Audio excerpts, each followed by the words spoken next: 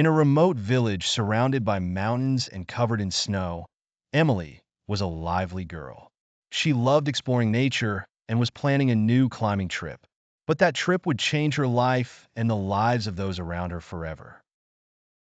On a cold day, Emily decided to go for a hike in the mountains.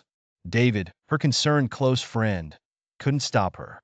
"I'll be fine, I promise," she said with a smile and set off on her adventure.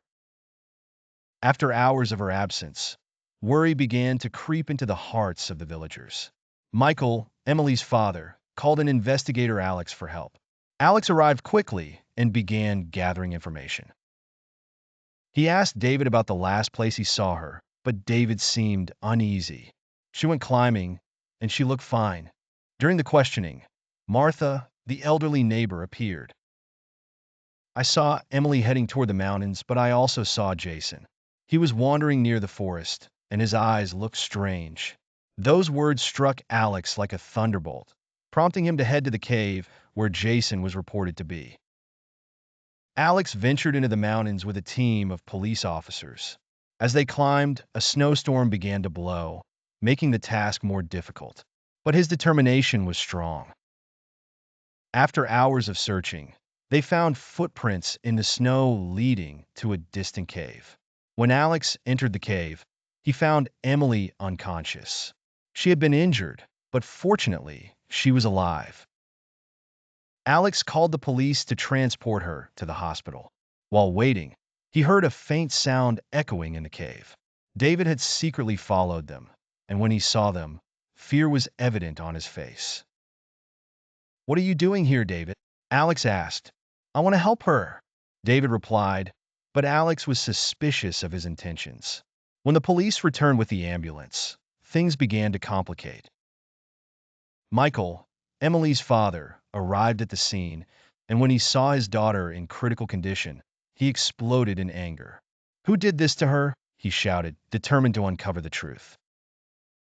After rescuing Emily, the police began to interrogate her. She slowly opened her eyes and said, "There was a strange man. He tried to help me at first, then suddenly changed." Alex started connecting the dots. He decided to summon Jason, but the surprise was when they discovered he had vanished. At that moment, David had new ideas. Maybe he knows something about Jason. The search for Jason intensified. After days of investigations, the police found his hideout in another cave. When they raided the place, they uncovered evidence implicating Jason in Emily's abduction. There were signs of blood and personal belongings of Emily. Alex interrogated Jason after his arrest. As they spoke, feelings of regret appeared in his eyes. "I lost my family in an accident and lived in isolation. When I saw Emily, I felt something I hadn't felt in a long time. I just wanted to be close to her.